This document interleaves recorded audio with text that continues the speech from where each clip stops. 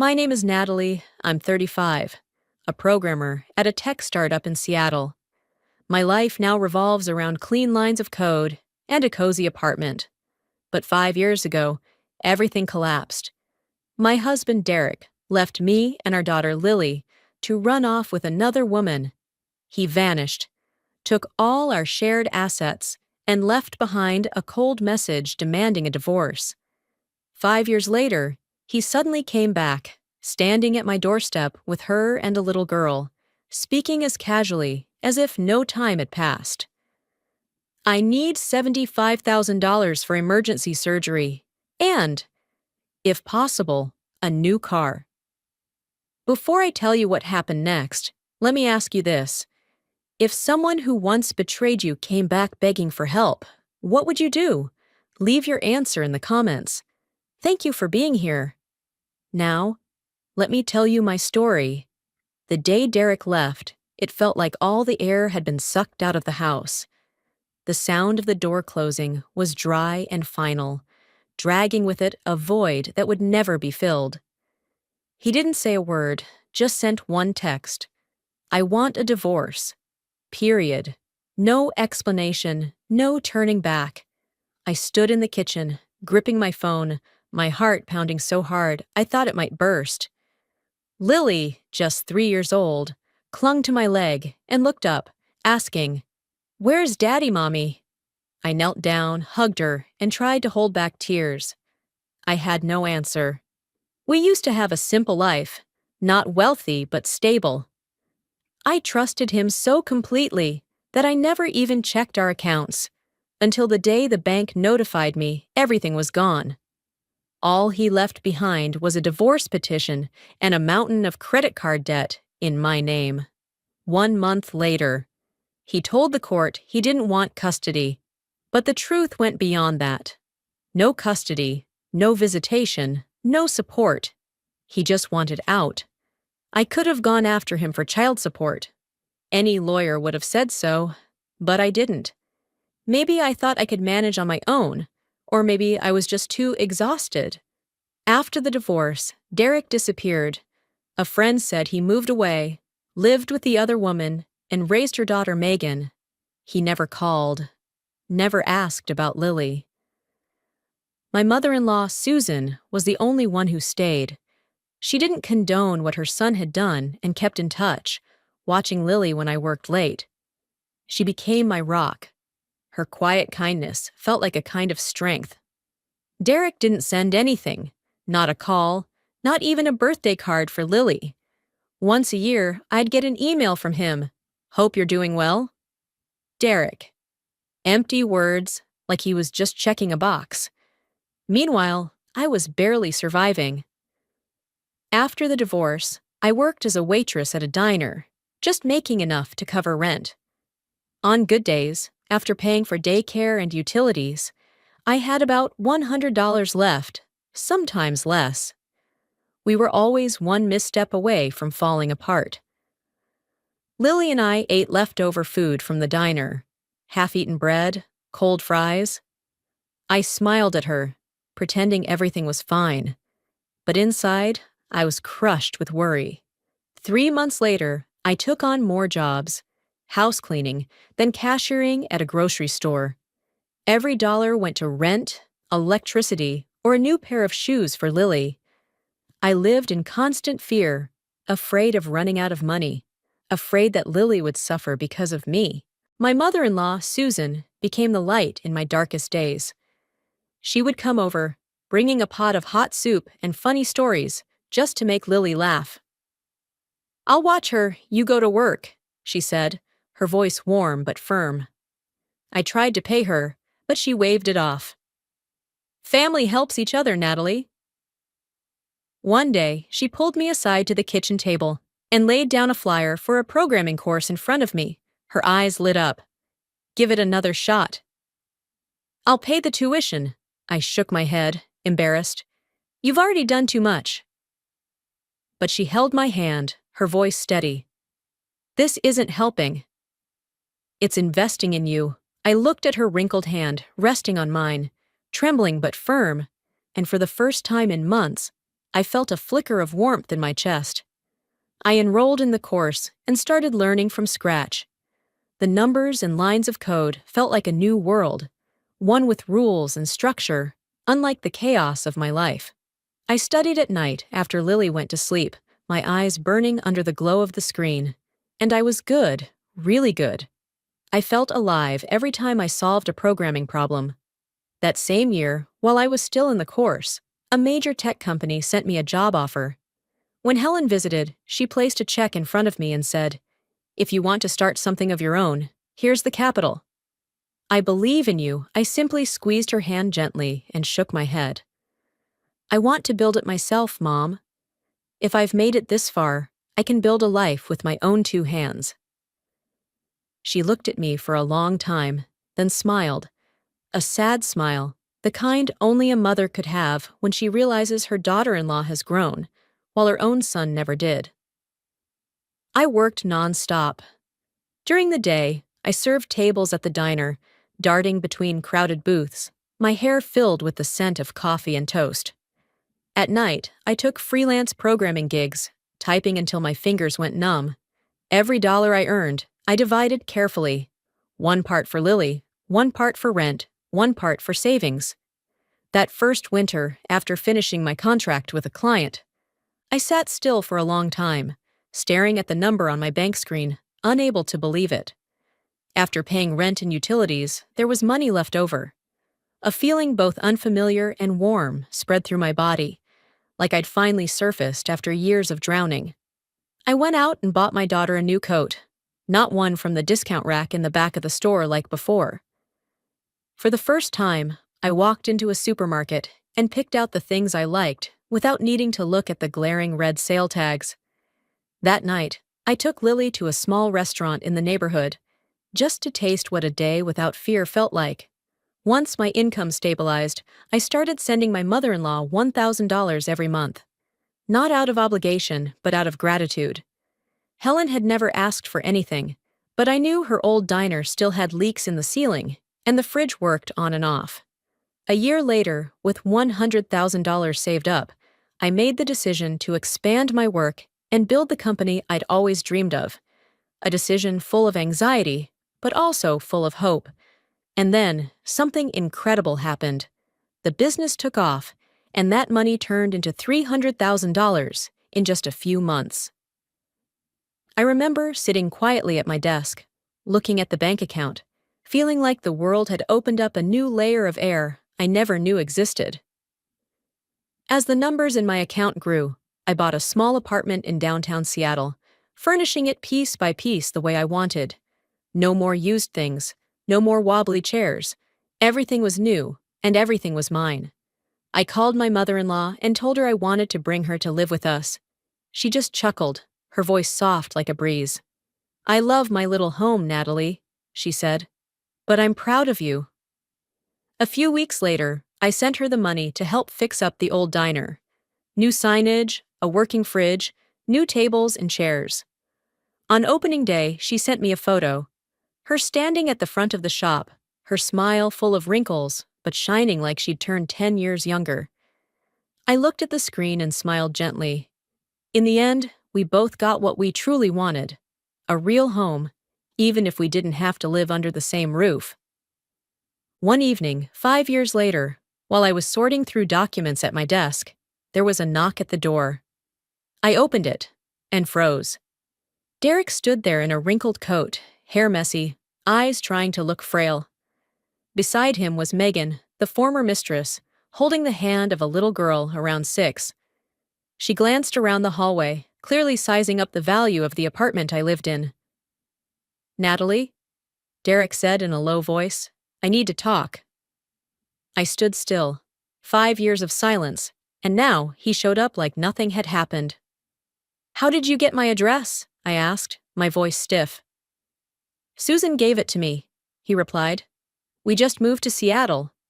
Thought we should be near our daughter. I didn't know what to say." I stepped aside and let them in. We sat in the living room.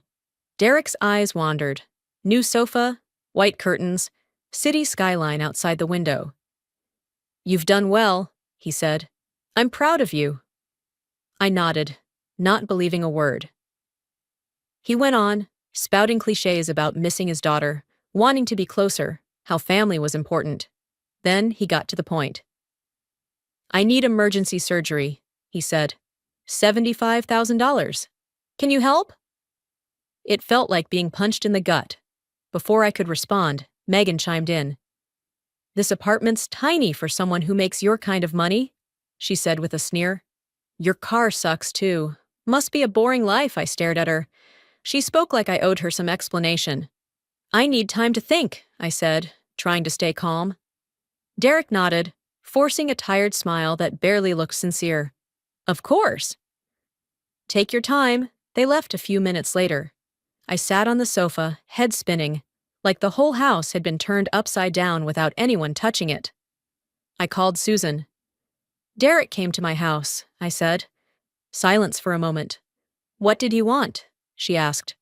$75,000. For surgery." More silence. "It's your decision," she said carefully. "To help or not." Her voice worried. "He called, said he wanted to make things right." I thought maybe he'd changed. "I'm sorry if I was wrong." "It's okay," I replied. I wasn't angry. She had always been kind to me. The next morning, the phone rang. It was Derek. "Good morning, sweetheart," he said sweetly. "Have you thought about it?" "I'm still thinking," I said. "Don't take too long," he replied. "I need to know soon." He hung up before I could say another word. That night, Susan texted me with a link. "Check Derek's page. You need to see this." I clicked. The post was right at the top, uploaded 2 hours earlier. Thrilled to announce I've reunited with my ex-wife, Natalie. She's a successful programmer and has agreed to help fund my surgery. Family is everything. Even though she once left me while I was sick, I'm grateful for her kindness. In the comments, Megan dropped a heart emoji. I stared at the screen, my hand turning cold.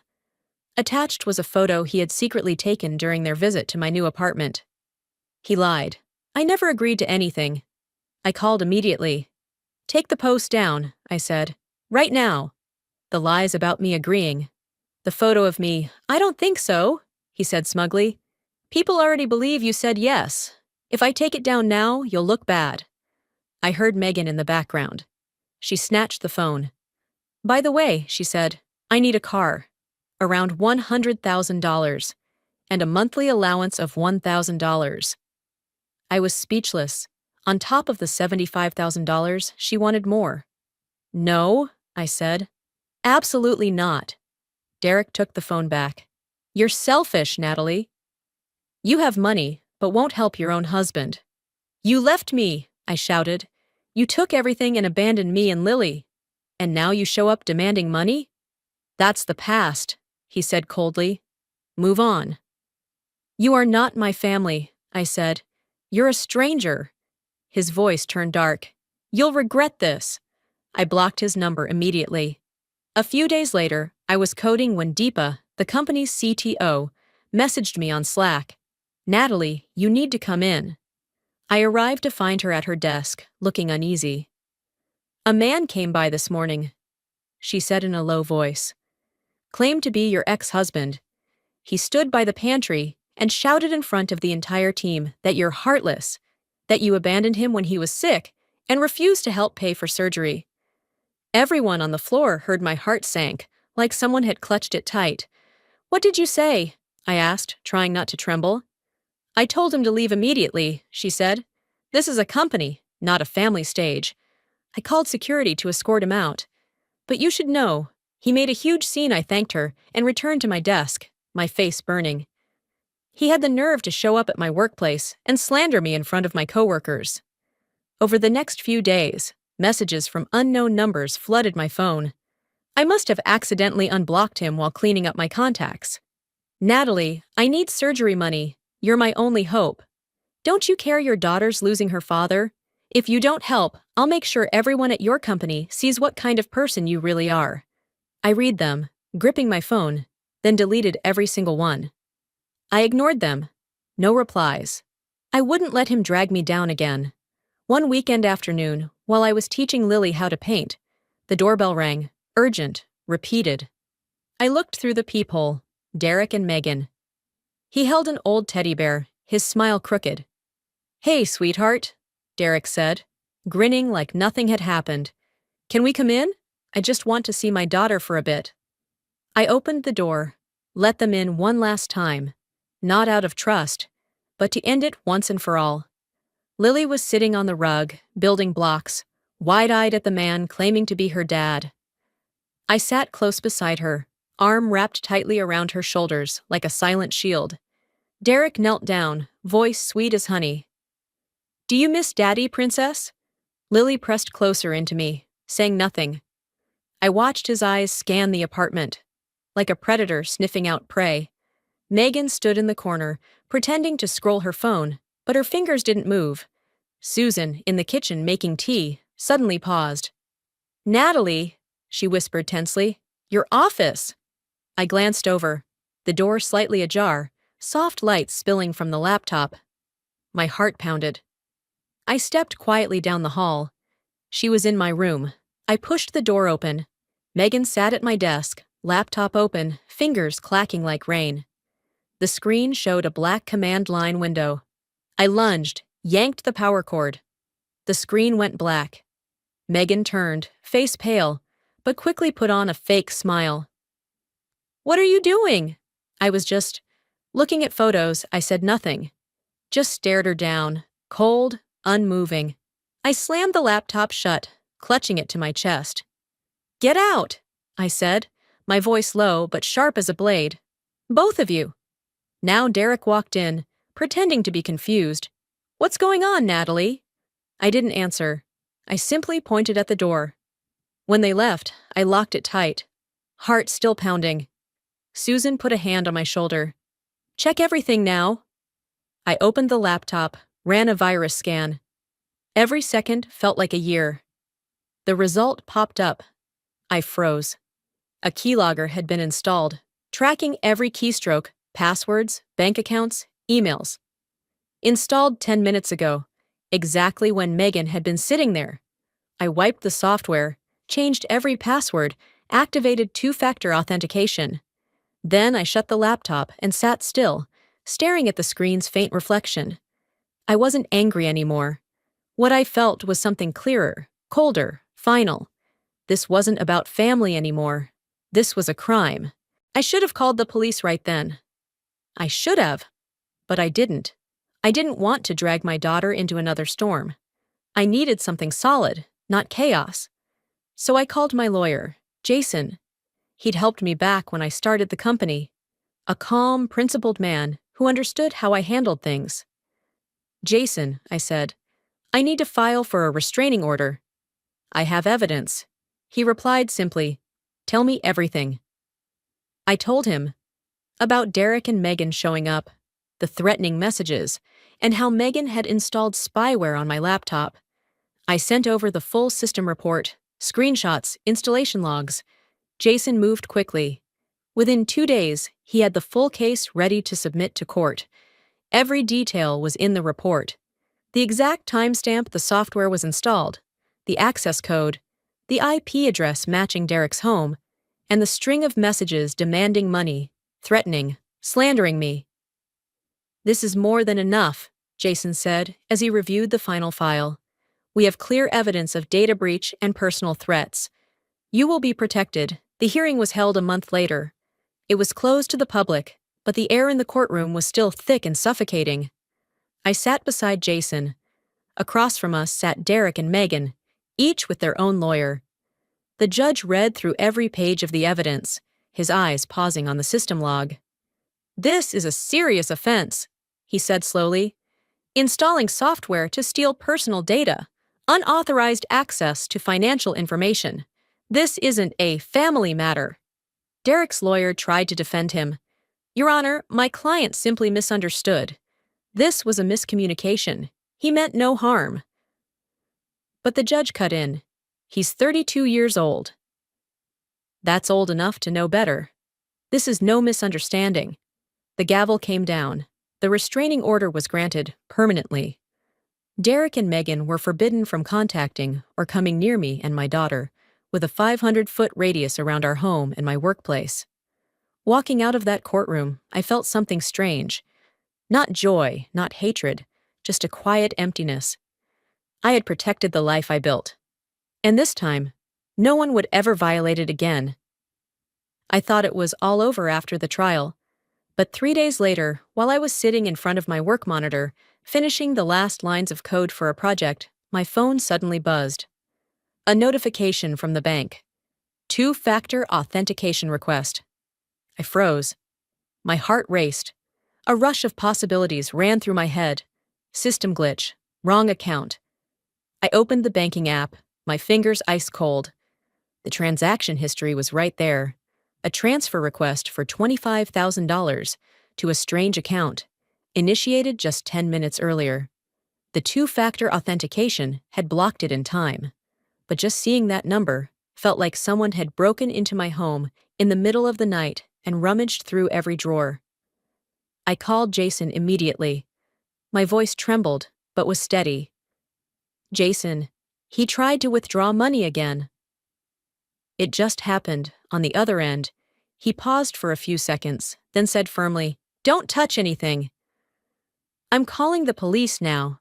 That sentence, short and sharp, felt like the final lock clicking into place. I sat there, hearing my heartbeat sync with the ticking clock, in a room where only the soft hum of the air conditioner remained, like the ragged breath of fear itself.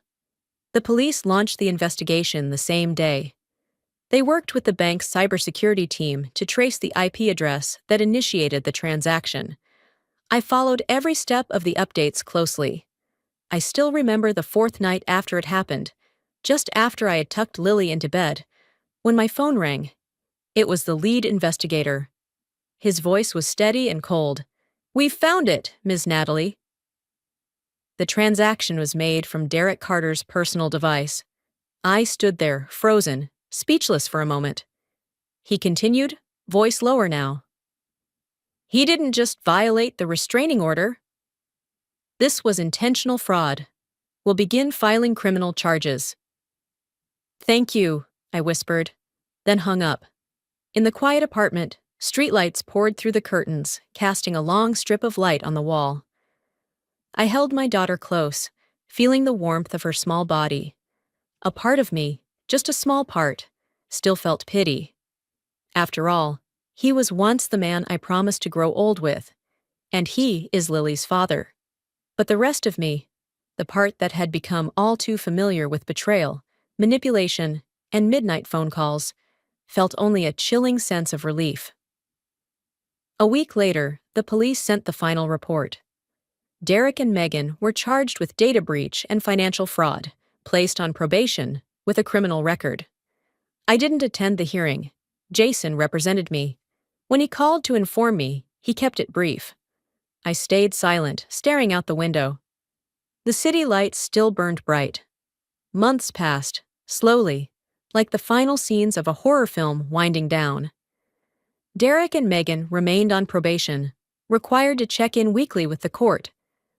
They carried a criminal record now, a permanent stain that would keep them from pulling the same stunt again.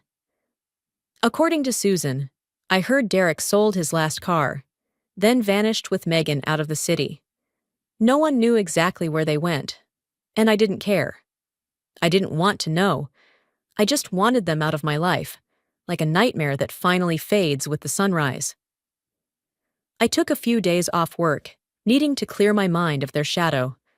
I took Lily to the park, sat by the lake, watched her run around and laugh freely. Susan called every night, her voice warm. "Are you okay, Natalie?" We made it through. I smiled, truly, for the first time in so long, feeling peace. I had protected my little family, Lily with her innocent laughter, Susan with her unconditional love, and myself, the woman who was once abandoned but now stands tall. No one could ever take that away from me again. My life, finally, was mine. I also took time off for my daughter and drove back to see Susan, the only woman in my life who had never once walked away from me.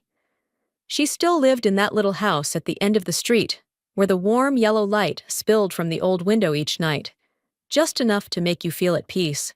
Her small diner was more polished now, with fresh paint on the walls, a brand new sign, and more customers than ever. When I stepped in, she was still behind the counter, apron tied tight, her hair grayer than before, but that smile, gentle, warm, and unmistakably real, was exactly the same as the day I first met her. That night, after closing up, she made me a cup of jasmine tea, its soft aroma filling the kitchen. The warm light fell on her face, deep wrinkles etched like years of weather carved into her skin. We talked about everything: my job in Seattle, the programming projects, how she had learned to use a tablet to manage orders. Susan looked at me through the glow of the light, her voice low. "I'm proud of you, Natalie. Of everything you've done, of how you faced Derek." I smiled, warmth blooming inside me, but before I could answer, she continued, "I need to tell you something." Her tone was calm but steady, just as it always had been. I looked up, heart quietly stirring. "Derek called me once," she said, pausing, her eyes drifting into the distance. Her voice trembled. "A few months ago, before all the legal mess started, he said he was sick, needed $10,000 for treatment." My heart tightened, like someone had it clenched in a fist. "You gave it to him," I guessed. She smiled weakly, that kind of trembling smile that almost mocks itself. "I thought he was my son." I believed him. I held her hand. "He lied, didn't he?" She nodded, tears rolling down her cheeks. "After you told me about the keylogger, the restraining order, I called him to ask again. He admitted he wasn't sick. The money, I don't even know what he used it for. Then he cut contact, blocked my number." "Did you try to get it back?" I asked. "I did, but he disappeared." She let out a brittle, broken laugh. "You know, I'm not even angry about the money. I just feel foolish, still believing a mother's love could save someone who had already chosen a different path." I looked down at her hands resting on the table, thin, veins raised, fingers still dusted with flour. And in them, I didn't just see the pain of a mother who had been deceived, but the quiet collapse of a belief that had lasted a lifetime. I held her hand, squeezing gently. "I'm sorry, Mom." She shook her head, her smile faint but her eyes brighter. "Don't be. I just realized sometimes blood doesn't mean a thing. But you stayed. You didn't walk away. That's enough." She stood up, went to her room, and returned with a thick envelope. "I've redone the will," she said slowly, as if bracing for me to protest. "This house, the diner, and my small savings, they'll all go to you and Lily. Not a cent for Derek, not a cent for Megan. Just you. Not because I want to make it up to you, but because I want it to belong to the person who truly stayed with me." I went still, eyes stinging. "Mom, I don't need—" "You do," she interrupted, her voice suddenly firm in a way I'd never heard before. "Not the money. The acknowledgement. You are my family. Not because you used to be his wife, but because you lived with kindness and loved the way it should be." I broke down, crying for the first time in years. She cried too. Those old, heavy tears that moved slowly, but stung like salt. We sat there in the little kitchen, the clock ticking quietly in the background, and I knew I had found home. Not in Seattle, not in the fancy apartment, but here, beside Susan, beside Lily. Maybe in that moment, we both finally understood. Sometimes, true family isn't made by blood, but by the people who choose to stay, even when no one asked them to. The next morning, I woke up to the first light slipping through the curtains, shining on the photo frame she had placed on the shelf. Everything in the house was still, just as always, except there was no sound of her making tea in the kitchen. I walked into her room. She was lying there, peaceful, hands folded as if simply resting. She had passed in her sleep so gently that I could hardly believe it. On the nightstand, her signed will still lay neatly inside the envelope, right next to a cup of tea she hadn't finished. I sat down beside her, took her now cold hand in mine, and let the tears fall without even trying to stop them. She had left just hours after hugging me one last time and whispering, "We are family." My daughter came in, stood quietly, and softly asked, "Is Grandma just sleeping, Mommy?" I couldn't answer. In that sunlit room, I realized that the one woman who had ever held me without judgment was gone forever. The funeral was simple, just a few close neighbors, her former coworkers, and me with my daughter. I kept the last promise I made to her. No one mentioned Derek, not a single word. We scattered her ashes into the little river behind the diner, the one she always said, "When water flows, sorrow goes with it." As the final handful of ash dissolved into the wind, I felt like a part of my heart was washed clean, no longer hurting, just empty. I didn't cry anymore. I couldn't cry anymore. But inside me, a new wound opened. A second loss, deeper than even when Derek left me. After the funeral, I returned to Seattle. The apartment suddenly felt wide and unbearably quiet. I realized I couldn't keep pretending to be okay forever. So for the first time in years, I booked an appointment with a therapist. Her name was Dr. Harper, around 50, small in build, with a calm, low voice. During the first session, I sat in silence for a long time before I could even say my first sentence. I don't know why I keep getting left behind. Even when I've tried to live kindly, she looked at me, nodded gently, didn't interrupt, and simply said, "It's okay." "We'll take it slow." I went to see her every week. We talked about Derek, about the betrayal, about what it feels like to be abandoned, about the pain of trusting again only to be deceived. I told her about my mother-in-law, too, about how she passed, without any final words, leaving behind only the kind of peace that makes the living weep. Each time I left therapy, I felt a little lighter. I no longer obsessed over those who had left, but began to feel grateful for those who had stayed, even if only for a short stretch of my life. As the months passed, I started to see more clearly that sometimes leaving is also a form of love, and that I could still start over, even with wounds that had yet to fade. I stopped asking myself if I should forgive Derek, if I should try to save him one more time. I stopped blaming myself for not being able to keep Susan. I began thinking about the future, about Lily, and what I could do with the money I had earned. I was financially stable, investing well, with higher returns than ever. But money didn't fill the emptiness. It only gave me choices. I used a portion of my savings to donate to vocational programs for single women like me, 5 years ago.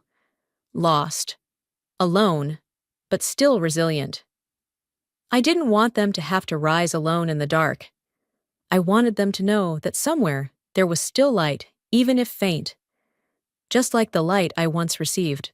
My company continued to grow. New projects, long meetings, mornings full of emails, and quiet evenings at my desk. The programming projects I now led were no longer about survival, but creative freedom. Spaces where I could shape the future with clean lines of code. Investments that once felt risky now flourished, providing the security I used to crave during those long nights counting every dollar. I worked for the joy of building something meaningful, just like the way I once stitched my life back together, carefully and patiently. My investments began generating steady returns. I kept allocating a portion toward scholarship funds. Every time I received photos of smiling children at graduation ceremonies, I felt a small, invisible thread connecting me to people I had never met. A thread of understanding, of wounds once raw, now transformed into strength. I began forming small routines, everyday actions that became a ritual of healing. Each morning, I woke up earlier to make a cup of coffee exactly the way Susan used to. Lightly bitter, warm, with a splash of milk, to remind me that life still holds sweetness amidst the loss. I tidied the apartment, rearranged old photos, Lily beaming next to Susan, those moments we baked together in the tiny kitchen. Not to forget, but to hold them as pieces of a more complete picture. I went on to donate another $50,000 to the scholarship fund, like a promise to myself and to the children still struggling, those who, like me 5 years ago, were lost, alone, but still standing. Every weekend, I took Lily to visit Susan's old diner. I could feel her absence like a gentle silence, not painful anymore, just a soft part of memory. Lily ran between the wooden tables, drawing pictures and whispering to Susan's photo on the wall. "Grandma, I learned a new word today." We deepened our bond through simple acts, brewing tea together, reading books side by side, sitting by the window watching the rain, the same window where Susan used to sit and tell her stories. That was my real family, not Derek and his lies, not Megan and her greedy eyes, but Lily, with her innocent laughter, Susan through the memories that lingered, and a connection that didn't need promises, only the quiet presence that repeated, day after day, like a poem that heals. Sometimes I still thought about the past, not as piercing memories, but as shards of mirror reflecting parts of who I am. I didn't regret any of it, because without those dark days, I would have never understood the meaning of peace. I had once lost almost everything, my marriage, my faith, even my self-worth. But slowly, piece by piece, I rebuilt them with bare hands and a heart that had learned when to stay silent. I don't know where Derek and Megan are, probably wandering some distant city, carrying their criminal records and failed schemes.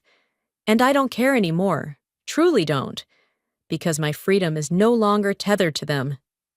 I feel peace now, the kind that settles like still water after a storm, where I can look into the mirror and see a woman who made it, who rose above Derek leaving, who carried the grief of losing Susan, and still chose to begin again with steady steps.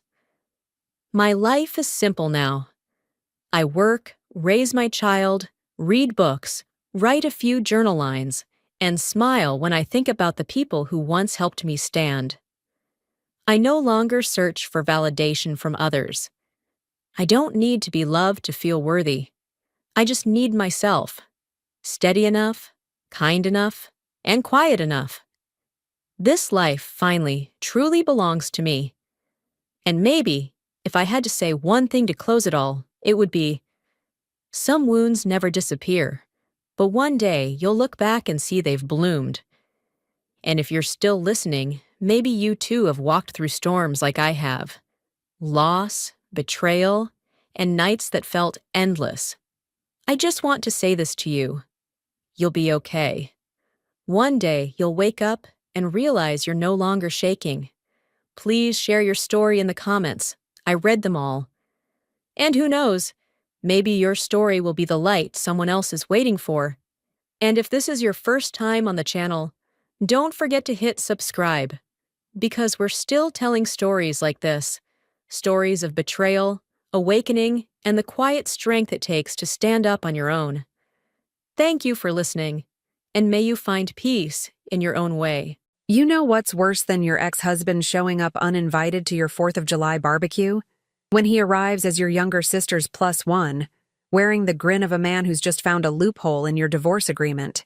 There I was, Sylvie Lockhart, standing in my meticulously decorated backyard, spatula frozen mid-flip, as my sister Thea strolled through my patio doors with Archie Bennett, the man who had promised to love me until death, but apparently found a technicality when he realized my sister was available.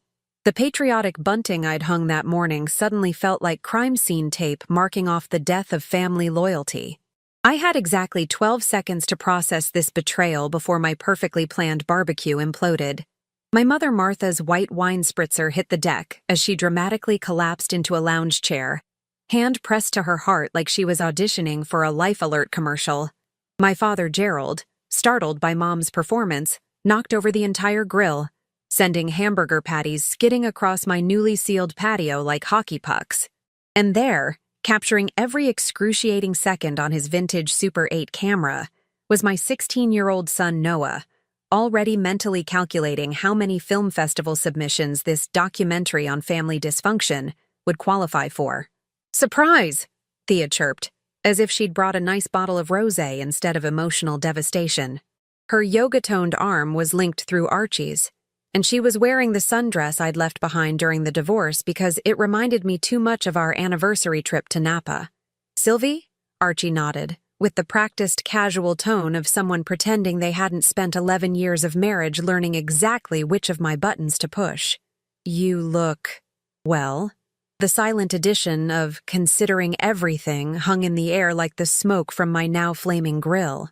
Dad was attempting to extinguish the fire with my prize-winning potato salad, which seemed like an appropriate metaphor for what was happening to my dignity.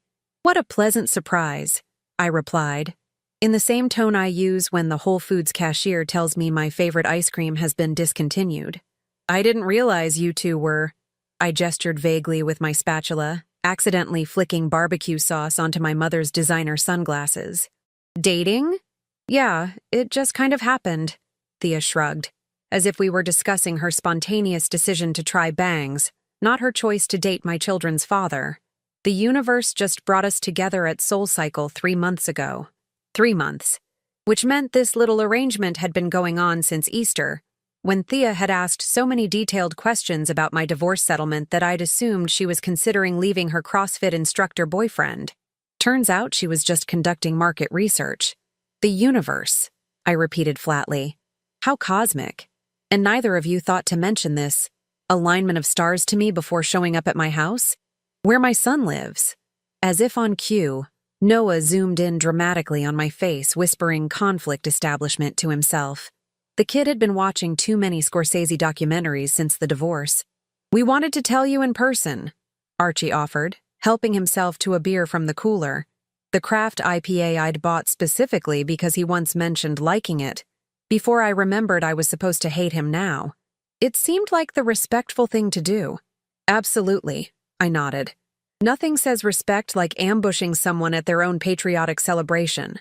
Very George Washington of you, crossing my Delaware without warning." My neighbor Deirdre, who had been hovering near the guacamole station absorbing every syllable to relay to our HOA gossip chain, suddenly became very interested in rearranging the corn chip bowl. "Mom, I'm getting great footage," Noah stage whispered, panning between my frozen smile and Archie's hand, which was now resting comfortably on the small of Thea's back, the same spot he used to rest his hand on mine before he decided our marriage was as disposable as the paper plates I was now crushing in my white-knuckled grip. My father had abandoned his firefighting efforts and was now stress-eating charred hamburger buns directly from the package. My mother had recovered enough to drain her emergency flask, which she thought I didn't know about but had been a fixture in her Kate Spade purse since Thea and I had both hit puberty in the same tumultuous year. "Everyone," I announced, channeling my inner suburban hostess, "let's all just enjoy the party. It's Independence Day after all." The irony of celebrating freedom while feeling trapped in a Tennessee Williams play wasn't lost on me. For the next hour, I performed the delicate ballet of serving coleslaw while avoiding eye contact with the happy couple, who had settled into the patio love seat I'd picked out during my post-divorce reclaim your space redecorating frenzy. Thea was feeding Archie toasted marshmallows like he was a baby bird, and he was laughing at her jokes.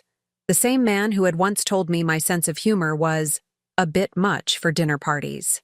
The alcohol supply depleted at roughly triple the expected rate. Deirdre's husband Bruce was on his 5th bourbon, deeply uncomfortable but unwilling to leave what he later described to the entire neighborhood as the best free entertainment since the Wilsons' Christmas lights caught their palm tree on fire. It was when I went inside to get more ice that I spotted it on the bookshelf. Our wedding album, which Noah had apparently taken out earlier for some family history project. The white leather cover seemed to glow with accusation in the afternoon light streaming through my farmhouse-style windows. Without fully forming the thought, I found myself walking back outside, album in hand. "Hey everyone, I found some old photos we might enjoy," I called out with the forced cheer of a kindergarten teacher on the last day before summer break. "Since we're having such a lovely family reunion." Thea's eyes widened as she recognized the album. Archie suddenly became very interested in the label on his beer bottle. Look, Noah, here's when Aunt Thea was my maid of honor. Remember she gave that beautiful speech about sacred bonds of trust? I flipped to a page where Thea was fixing my veil, both of us laughing. And here's Dad walking me down the aisle to give me away to Archie, which apparently wasn't the last time a Lockhart would be handed over to him. Noah's camera whirred closer, capturing my mother's grimace and my father's sudden fascination with the grill's propane tank settings. Oh, and my favorite, I continued, flipping to our cake-cutting photo. Look how young we were, Archie. Only 11 short years, 2 kids, and 1 midlife crisis ago. Sylvie? Archie started, his tone carrying that patronizing note that always preceded him explaining why I was overreacting. What happened next wasn't entirely planned. As I stepped forward to show him the photo more closely, my foot caught on absolutely nothing, a talent I've perfected over years of creating convenient accidents. The album sailed from my hands in a beautiful arc, landing with a satisfying splash in the center of the pool, pages blooming open like a water lily of matrimonial memories. Oops, I said, channeling Britney circa 2007. How clumsy of me. As everyone stared at the album slowly sinking to the bottom of the pool, I calmly picked up the serving spoon and returned to the buffet table. Who wants more macaroni salad? I made it with the special dressing Archie always said gave him heartburn. And that, my friends, was just the first hour of how I discovered that in the great American tradition, revenge is a dish best served with barbecue sauce and a side of perfectly timed accident. The wedding album created gorgeous ink blooms as it settled at the bottom of my pool, much like my dignity was creating a lovely pattern as it scattered across my backyard. Noah zoomed in on the underwater spectacle, whispering symbolic visual metaphor into his camera while Thea performed the most dramatic gasp I'd heard since she failed to place at her middle school talent show. Sylvie Jean Lockhart. My mother had suddenly recovered enough to use my full name, the universal signal that I was now the villain in this Lifetime movie. That album had historical family value.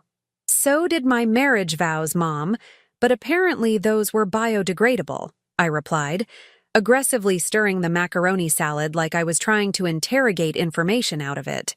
Archie, ever the marketing executive, recognized a PR crisis when he saw one. It's fine, Martha. I have digital copies of all the important photos. He placed his hand on my mother's shoulder, the dutiful almost son-in-law. Well, son-in-law adjacent now, I suppose. Son-in-law relocated. Of course you do, I muttered, always prepared with a backup plan. Thea, demonstrating her remarkable gift for reading a room exactly wrong, decided this was the perfect moment to clear the air. Sylvie, we were hoping today could be the start of our new normal. You know, blended family style. Blended family? I repeated, my eyebrows achieving heights previously unreached. Like a smoothie? Because this feels more like everyone's been put through a meat grinder. I gestured to my father, who was now stress-eating the decorative display of red, white, and blue cupcakes I'd spent 3 hours arranging that morning.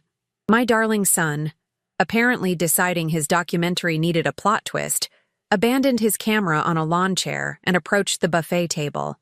At 16, Noah had inherited his father's height and my talent for perfect timing.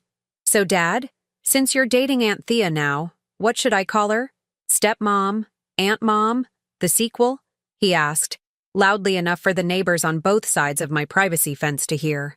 The kid deserved an Emmy for that delivery.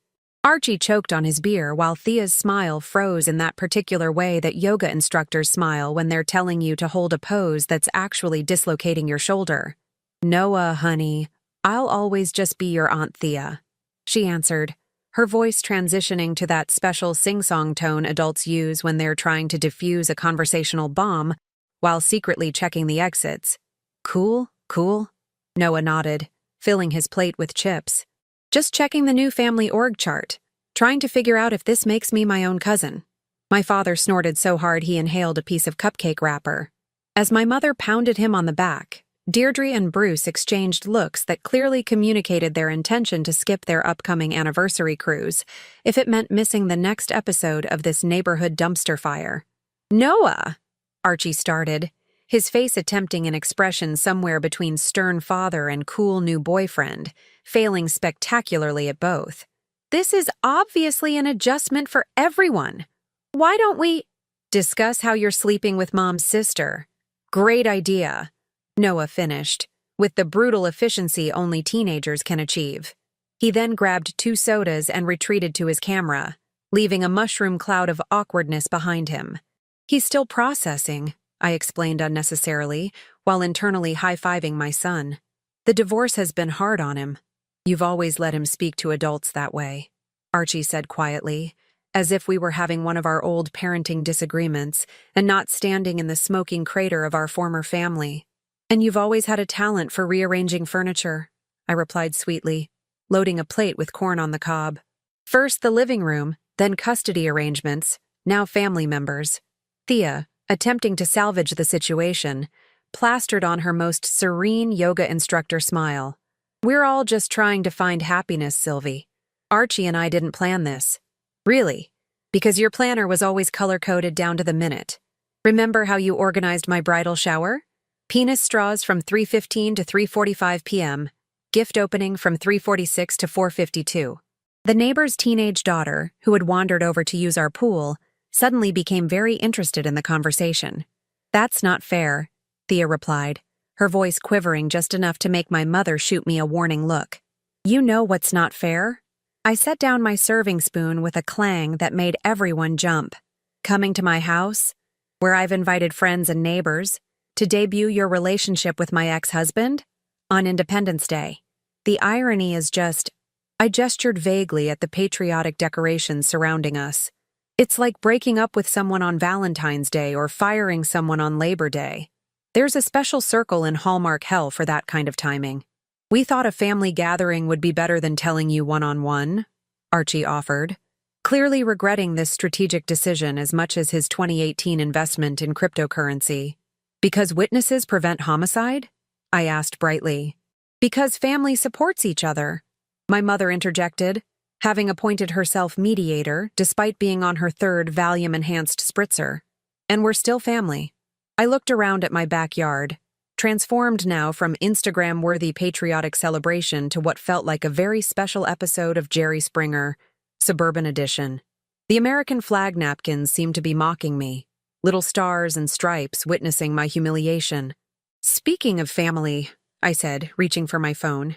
Remember how Dad always said, pictures or it didn't happen? Let's memorialize this special moment. Before anyone could object, I'd corralled everyone into a group photo, positioning Archie and Thea together with my parents on either side. Noah, you take it, I insisted, handing him my phone while retrieving his camera. I'll man your documentary for a minute. As Noah snapped the photo, I quietly pressed record on his camera, making sure to capture every excruciating second of fake smiles and awkward body language. Perfect, I declared. One for the new family album. I'll make sure it's laminated. Waterproof. I glanced meaningfully at the pool. The tension was interrupted by Deirdre's husband, Bruce, who had reached the philosophical stage of intoxication. You know what's crazy? He announced to no one in particular. Sylvie designed 3 rooms in our house. She made everything beautiful. Everything. And Archie, man, you walked away from that? For her sister? He gestured with his bourbon toward Thea, sloshing some onto my patio stones. That's some Shakespeare-level tragedy right there.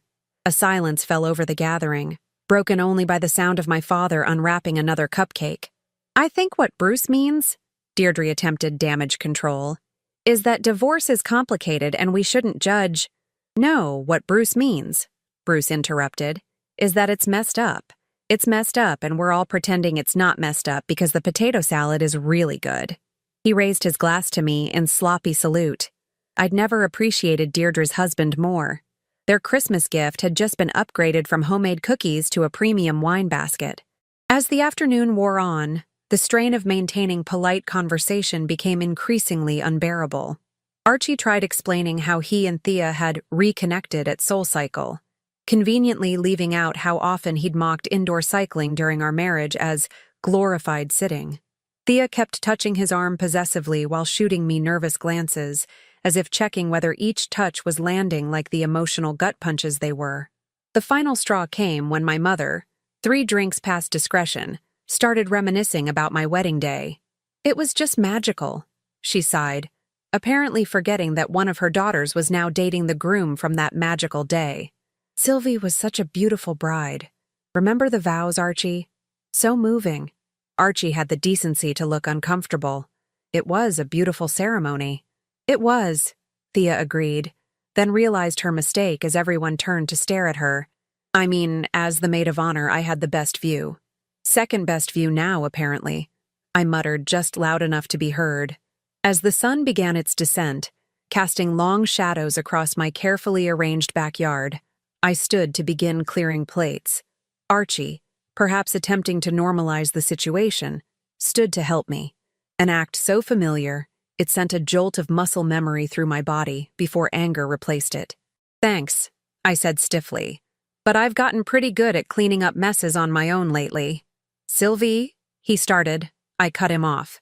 Fair warning. The HOA meeting next Tuesday is voting on amending the community relationship bylaws. Article 4, Section B may soon prohibit dating your ex's siblings within a 3-block radius. I've been gathering signatures. His confusion was almost worth the whole afternoon. She's kidding, Noah clarified, returning to his filming position. But man, your face was documentary gold. As I carried a stack of plates inside, I heard Thea ask, "Should we maybe go?" Just as Bruce loudly proclaimed, "This is better than when the Hendersons' dog interrupted the Easter egg hunt in a very inappropriate way." I paused at the patio door and turned around. Actually, before anyone leaves, I think Noah has an announcement about his documentary project. Don't you, honey? Noah looked at me, confusion crossing his face before understanding dawned. My son, bless his devious heart, caught on immediately. Oh, right. He held up his camera triumphantly. My documentary got pre-selected for the Young Filmmakers Showcase. They want raw family footage, and today's been perfect. Archie and Thea exchanged panicked glances. Don't worry, I added with my sweetest smile. I'm sure they'll edit out anything too revealing. Or not. Art is so unpredictable these days. Nothing scatters a family gathering faster than the threat of public documentation. Within 20 minutes, my backyard had emptied like a Target on Black Friday after the last discounted TV is sold. Only my parents remained, with my mother methodically collecting abandoned cups while muttering about family legacy, and my father attempting to resurrect the grill situation, likely to avoid actual conversation. Well, I said, collapsing into an Adirondack chair and kicking off my sandals. That went exactly as planned. You planned for your sister to bring your ex-husband to your barbecue?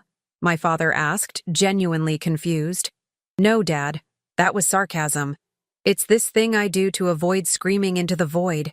Noah sat down beside me, camera finally powered down.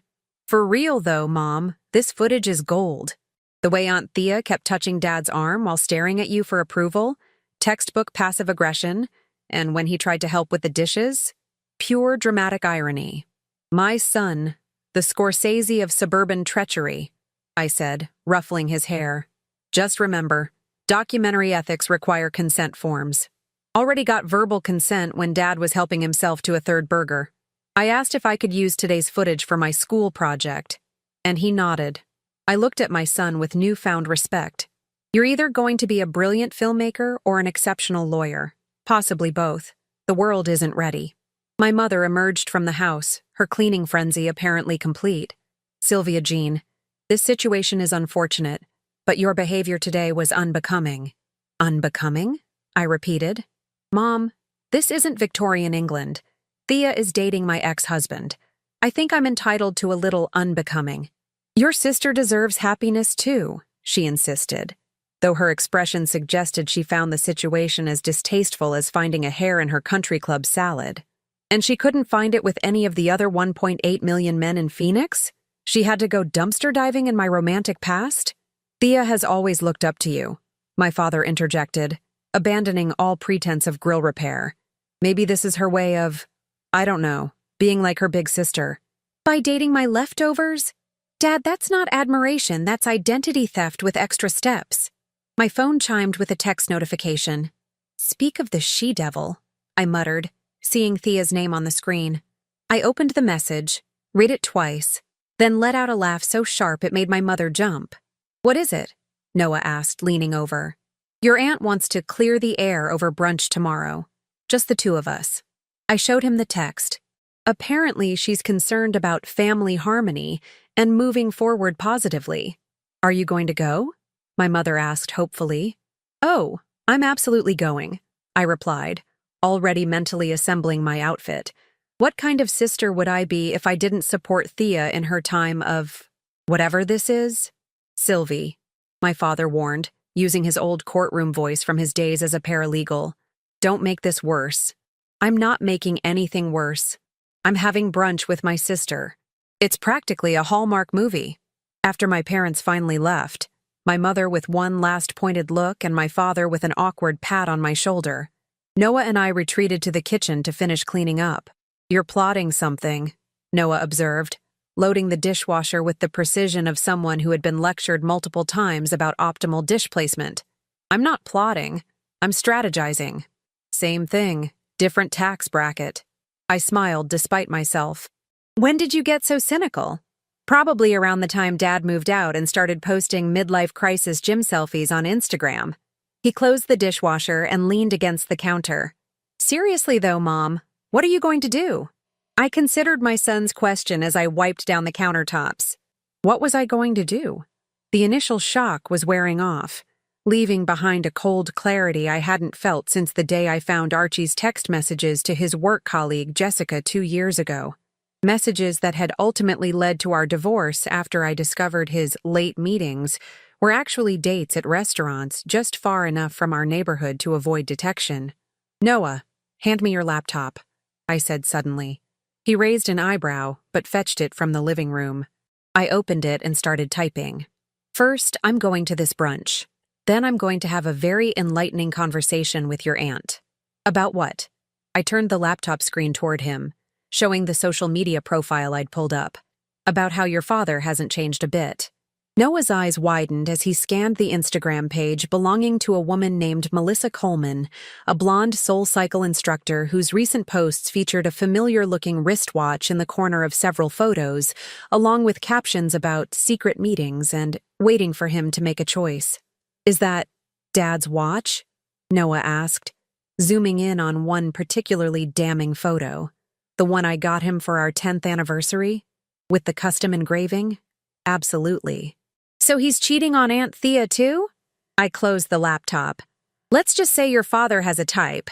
Women who aren't his current partner. How long have you known? I just connected the dots today. Remember when your dad mentioned reconnecting with Thea at SoulCycle 3 months ago? Well, Melissa here has been his instructor for 6 months, according to her profile. The timestamps align perfectly with when he started getting really into indoor cycling. Noah processed this information with a maturity that made my heart ache. So what's the plan? First, we verify. I need to be absolutely certain. I reopened the laptop and pulled up a calendar app, showing Noah the scheduling system for the SoulCycle studio. Your dad always goes to the 6 a.m. Tuesday and Thursday classes, according to what he told the custody mediator about his fitness routine. And look who teaches those classes. Melissa Coleman, Noah read. But how do you know he's actually, I don't, not with absolute certainty. But there's an easy way to find out. I pulled up another screen, this time showing an email confirmation. I've just signed up for this Tuesday's 6 a.m. class under a fake name. If I see anything suspicious, I'll have my answer. That's borderline stalker behavior, Noah pointed out. It's investigative journalism, I corrected. Supporting your documentary career. And if you're right, what then? I closed the laptop again. Then I give your Aunt Thea exactly what she deserves. The truth. The next morning, I arrived at Perch, the trendy brunch spot Thea had selected downtown, 15 minutes early. I'd chosen my outfit carefully, casual enough to suggest I wasn't trying too hard, but polished enough to telegraph that I wasn't falling apart. My hair was blown out, my makeup subtle but flawless, and I'd chosen a sundress that Archie had always said made me look too intense, code for too intimidating for his fragile ego. I ordered a mimosa and waited, mentally rehearsing what I would say. When Thea arrived, her face registered genuine surprise at seeing me already seated and composed. She'd clearly expected to establish home field advantage by arriving first. Sylvie, She greeted me, air kissing near my cheek. You look great. You sound surprised. I smiled. Did you expect me to show up in sweatpants and smeared mascara? Sorry to disappoint. Thea sat down, arranging her designer handbag, a knockoff of the one I'd received from Archie last Christmas, beside her chair. I just meant you look well, considering everything. Amazing what righteous indignation can do for the complexion. Better than Botox. A server approached, and Thea ordered an elaborate avocado toast with 6 modifications and a green juice. I resisted the urge to roll my eyes. So, she began once the server had left. Yesterday was awkward. Was it? I hadn't noticed over the sound of my wedding album drowning and my son contemplating whether he's his own cousin now. Thea had the decency to blush. I know how this looks. Like you're dating my ex-husband? Because that's exactly what it looks like, Thea. It just happened. We didn't plan it. Things don't just happen. The Spanish influenza just happened. This was a series of choices.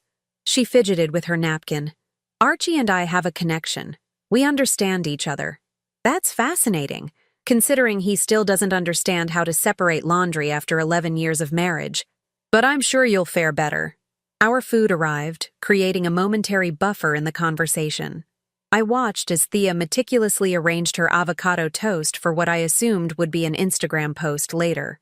I didn't ask you here to argue, she finally said. I want us to find a way forward. For the family's sake. By family, do you mean the one you're trying to insert yourself into? Because Noah's doing just fine without an aunt-stepmom hybrid. Noah adores me. We've always had a special bond. I nearly choked on my mimosa. He tolerates you at Christmas because you bring good gifts. That's not a bond. It's capitalism. Thea's eyes narrowed. You're just bitter because Archie moved on. He told me how controlling you were, how you suffocated him. Is that what he said? I took a deliberate sip of my drink. Funny. That's exactly what he told me about his first girlfriend after college, and his work colleague Jessica during our marriage. It's almost like he has a script. A flicker of uncertainty crossed Thea's face before she masked it. Our situation is different. Of course it is. I smiled sweetly. You're special. Just like I was special, and Jessica was special, and I'm willing to bet Melissa is special too. Who's Melissa? I checked my watch. Oh, would you look at the time? I have to run. Early appointment tomorrow morning. I stood, dropping enough cash to cover my meal. This was illuminating, Thea. Really? Let's do it again sometime after my Soul Cycle class on Tuesday. The confusion on her face was absolutely priceless. As I walked away, I heard her call after me. Sylvie, you don't even like spinning. I turned and offered my most enigmatic smile. People change, Thea. But some people never do. Food for thought with your avocado toast. Monday morning, Noah helped me prepare for my covert Soul Cycle mission with all the seriousness of a CIA handler briefing a field agent. Remember, maintain visual confirmation but keep a low profile, he instructed, adjusting the baseball cap he'd insisted I wear as part of my disguise. Dad's never seen you in workout clothes before 9 a.m., so that alone should make you unrecognizable. Very funny, I replied, zipping up a borrowed athletic jacket with a hood. I'm not completely out of shape, you know. I did hot yoga twice last month. Mom, struggling to touch your toes while sweating in a room full of strangers isn't exactly Navy SEAL training. I ruffled his hair, something he normally protested but allowed this morning in solidarity with Operation Cheater Cheater. I've got this. I signed up under Jane Smith and paid cash for a drop-in class. Jane Smith? Really? That's the most generic alias ever. Why not go with something like Phoenix Skywalker while you're being subtle? Because I want to be forgettable, not the main character in your father's next therapy session. Noah handed me his GoPro. For documentation purposes. Absolutely not. I'm gathering intel, not creating evidence that could be used against me in a restraining order. Fine. But take detailed notes. This is the climax of my documentary. I kissed his forehead. You're enjoying this way too much. Go to school and try to act normal if you see your aunt or father. Please. I've been acting normal around adults having meltdowns my entire life. It's practically my superpower. The The Soul Cycle studio at 5:45 a.m. was a special circle of hell I hadn't previously experienced. Enthusiastic morning people in coordinated athleisure bounced on the balls of their feet, clutching water bottles and chatting about protein shakes while I struggled to adjust the seat height on my torture device disguised as exercise equipment. I positioned myself in the back corner, cap pulled low, hoping Archie wouldn't notice me among the sea of similarly dressed fitness enthusiasts. The studio was dimly lit with purple mood lighting. Small mercies. At exactly 5:52 a.m., Archie strode in wearing form-fitting cycling gear that made me momentarily question my life choices that had led me to this pre-dawn surveillance operation. He headed straight for a front-row bike, high-fiving several regulars along the way. Classic Archie, always needing to be seen, always performing. The instructor, Melissa Coleman, entered at 5:59 a.m. to enthusiastic applause. She was everything I'd expected from her Instagram. Blonde, toned, and radiating that particular brand of toxic positivity that suggests drinking celery juice can solve all your problems. She scanned the room, her eyes lingering on Archie for a beat too long, her smile shifting from professional to intimate in a microsecond. If I hadn't been looking for it, I might have missed it. But the visual confirmation hit me like a bucket of ice water. The class itself was a 45-minute assault on every muscle I'd neglected since my divorce. While I pedaled miserably in the back, wondering if it was possible to die from thigh burn, I watched the subtle choreography between Archie and Melissa, the unnecessary adjustments to his form that involved touching his shoulders, the private jokes shouted over pulsating music, the lingering eye contact during inspirational segments about breaking free and finding your truth. By the cool-down stretch, I was simultaneously exhausted and energized by fury, but I still needed concrete proof, something more than suggestive glances and questionable playlist dedications. I didn't have to wait long. As the class emptied, I lingered by the water station, face partially obscured by my towel. Archie hung back, pretending to adjust his shoelaces until most people had left. Then Melissa approached him, leaning in close. Too close for a student-teacher relationship that wasn't violating several ethical boundaries. "Same time Thursday?" she asked, her hand casually resting on his arm. "Actually," he replied, lowering his voice to a volume he clearly thought was discreet. "I was thinking maybe tonight? Thea's got that workshop in Sedona until tomorrow." Melissa smiled. "My place. 8 o'clock. Don't be late this time." "Wouldn't dream of it," Archie replied, with the same smile he'd once used to convince me his work dinners were absolutely necessary and totally innocent. I'd seen enough. I slipped out before either could notice me, my heart pounding harder than it had during the actual workout. In my car, I pulled out my phone and texted Noah. "Mission accomplished. Solid gold intel acquired. Phase 2 is a go." His reply came seconds later. "Excellent work, Agent Mom. We'll prepare documentation materials." By Wednesday afternoon, Noah and I had assembled what he dramatically referred to as the dossier. Photos from Melissa's social media showing Archie's distinctive watch, and even, in one poorly angled mirror selfie, part of his face. Screenshots of Thea's own Instagram posts showing her in Sedona during times when Archie was clearly somewhere else, based on his cycling app data that Noah had somehow accessed. "It's public, Mom. He literally broadcasts his routes to everyone. The man has zero privacy settings. I'd arranged to meet Thea for coffee at the trendy cafe inside her favorite bookstore. Public enough to prevent a scene, private enough for a meaningful conversation. When she arrived, 15 minutes late and already on her phone, I had everything prepared. "Sorry I'm late," she said, not sounding remotely sorry. "Archie and I were having brunch with the Hendersons. You remember Bruce and Carol? From your spin class?" "I remember them from my neighborhood, Thea. They live 3 doors down." "Right, of course." She settled in, arranging herself artfully in the chair. "Anyway, I'm glad you reached out. I think our last conversation ended a bit abruptly." "It did," I agreed. "I wasn't ready to hear everything then, but I am now. In fact, I'd like to share something with you." I slid a manila envelope across the table. Thea looked at it skeptically. "What's this? Divorce papers? Because we've already been through that drama." "Just open it." She did, her expression shifting from confusion to disbelief as she flipped through the contents. What am I looking at exactly?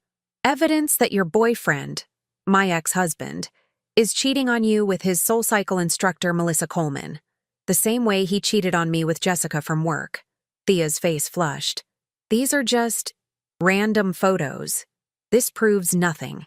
Page 4 has a screenshot of his cycling app showing him at her apartment complex at midnight last week when he told you he was at a client dinner. I added the property records showing she owns Unit 3B. Public records are amazing, aren't they? She flipped to the page, her carefully manicured facade beginning to crack. He could have been visiting someone else there. Funny coincidence that would be, I replied, taking a sip of my coffee. Especially since page 6 shows their text exchange that Noah recovered from the family cloud account Archie forgot to disconnect from. Her hands trembled slightly as she turned to the damning messages. I wasn't proud of the invasion of privacy, but as Noah had pointed out, moral high ground doesn't make for compelling third acts, Mom. I don't understand, Thea whispered. We've only been together 3 months, and he's been seeing Melissa for at least 2 of those months, I finished. It's his pattern, Thea. He did it to me with Jessica and before me with his college girlfriend. He's incapable of fidelity. The color drained from her face. Why are you showing me this? To hurt me? To say, I told you so? I leaned forward. Believe it or not, I'm showing you this because you're still my sister. And as much as you've hurt me, I don't want you to waste years of your life like I did, thinking you're the problem. That if you just try harder or look better or complain less, he'll finally be faithful. Tears welled in her eyes. I thought I was special. That what happened with you was different. Every woman in Archie's life thought she was special. That's his superpower. Making each woman feel like she's the exception, not the rule. Thea wiped at her eyes, smearing her carefully applied makeup. What do I do now? That's entirely up to you, I replied, gathering my things. But if I were you, I'd start by changing the locks on your yoga studio. He still has the key you gave him, right? The just-in-case key? She nodded numbly. Trust me on this. With Archie, there's always a just-in-case. I stood to leave, but Thea grabbed my wrist. Wait, I need to know one thing. If you knew about Melissa, why tell me? Why not just let me find out the hard way? I looked down at my sister, seeing for the first time in years not my competitor, but the girl who used to climb into my bed during thunderstorms. Because then, you'd be me, Thea. And one of me in this family is more than enough. As I walked away, my phone buzzed with a text from Noah. Phase 2 complete? I typed back. Target neutralized. Prepare for fallout. His response came quickly. Copy that. Dad just called, sounds stressed, asked if he could come over tonight to talk about some things. I smiled to myself as I got into my car. Perfect. Set the stage for Phase 3, grand finale. Archie arrived at 7:30 p.m. sharp, his hair still damp from what I assumed was a hasty shower at Melissa's apartment. He stood on my doorstep, our old doorstep, clutching a bottle of wine from the vineyard we'd visited on our 10th anniversary, a peace offering so transparent I could practically see through to his ulterior motives. Come in, I said, taking the wine but making no promises about drinking it. Noah's upstairs finishing homework. Actually, Archie shifted uncomfortably. I was hoping we could talk privately. Adult to adult. Fascinating concept, I replied. Let me just check if the adult I'm speaking with is the same one who's dating my sister while simultaneously pursuing his spin instructor, or if I'm meeting a new persona tonight. His face registered shock followed quickly by defensive anger. A transition I'd seen countless times during our marriage.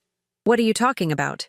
Let's skip the part where you deny everything, then admit to a small portion when presented with evidence, then blame external factors for your choices. I've already seen that episode, and the reruns aren't improving with age. Noah appeared at the top of the stairs, camera conspicuously absent for once. Hey, Dad. Noah. Archie nodded. Could you give your mom and me a minute? Sure, Noah replied. Just so you know, though, the walls in this house are pretty thin. Like, I can hear everything thin. Almost as thin as dating your ex-wife's sister while cheating on her thin. Archie's jaw tightened. That's enough, Noah. Is it? Because it feels like we're just getting started. My son descended a few steps. Mom said I should give you privacy. But I wanted to say something first. That documentary I've been making?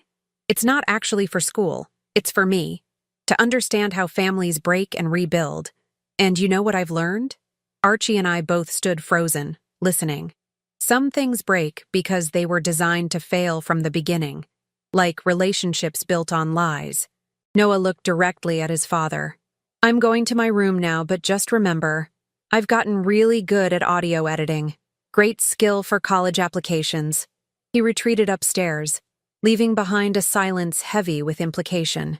Archie ran a hand through his hair. What have you been telling him about me? Nothing he hasn't figured out himself. Noah has something you seem to lack, observational skills. Thea called me crying today, he said, changing tactics. You showed her some doctored photos and texts trying to sabotage our relationship. That's a new low, Sylvie, even for you. I laughed, genuinely amused by his audacity. I'll admit, I expected denial, but calling actual evidence doctored? That's creative. Did you use that line with your SoulCycle girlfriend too when Thea asked about the late-night sessions? His expression confirmed everything. Look, it's complicated. It's really not, I interrupted. It's actually impressively simple. You cannot be faithful to save your life. It's pathological at this point. I came here to talk about co-parenting, not to be ambushed about my personal life. Your personal life became fair game the moment you decided to date my sister. You crossed the line from ex-husband to family wrecking ball. Archie paced the entryway, his carefully constructed facade crumbling. Fine.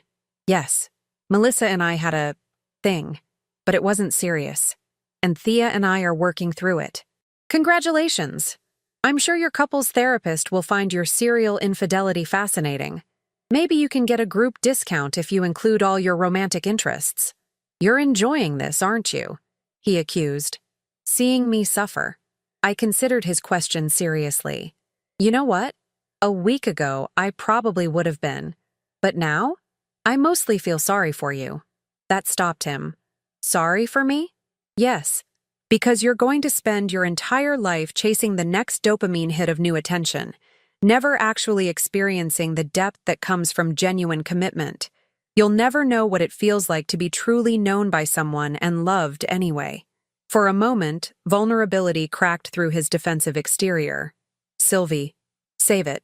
I didn't invite you here for closure or reconciliation. I invited you to tell you I'm done playing supporting character in your ongoing drama. Noah and I are writing our own story now. What does that mean exactly? It means I want you to leave. It means when you inevitably crash and burn with Thea, you don't come looking to me for emotional support or validation. It means I've graduated from being your ex-wife to being your past, period. He stood still for a moment, processing. And Noah? Noah will always be your son. But he's also becoming a remarkably insightful young man who sees more than you give him credit for. My suggestion? Start being worthy of his observation. Archie nodded slowly, the realization that he'd lost more than just a marriage finally dawning on him. For what it's worth, I am sorry. For all of it. I know, I said, opening the front door. But sorry doesn't unring bells or unbreak trust. It's just a word. After he left, I found Noah sitting on the landing, pretending he hadn't been eavesdropping. Is he gone? He asked. For now. Maybe for good in some ways. Are you okay? I sat beside him, resting my head on his shoulder. Surprisingly, yes. Better than I've been in a long time. 3 months later, I hosted another barbecue in my backyard. The guest list was smaller this time, just friends who had earned their place in our rebuilt life. Noah was documenting this gathering too, but with a different focus. What happens after the explosion, when the dust settles and new growth begins? Thea came, without Archie. Our relationship was tentatively healing, one awkward coffee date at a time. She'd changed the locks on both her heart and her yoga studio, and was slowly becoming the sister I remembered from before relationships complicated everything. As the afternoon sun cast long shadows across my lawn, Noah set up his camera on a tripod and gathered everyone for a group photo. Shouldn't you be in it too? I asked. Nope, I'm the documentarian. I capture the stories. I don't star in them. I looked around at our mismatched family. repaired in some places, still fractured in others, but authentically ours. You know what they never tell you about happy endings? I said to no one in particular. What's that? Thea asked. They're never actually endings. They're just peaceful pauses before the next chapter begins. As Noah counted down for the photo, I raised my glass in a silent toast to broken patterns, hard truths, and the unexpected freedom that comes from finally stopping the dance you've been performing your entire life. Turns out, independence isn't just a holiday. Sometimes it's a hard-won state of being that tastes surprisingly like victory with a side of perfectly grilled hamburgers. No drowning photo albums required.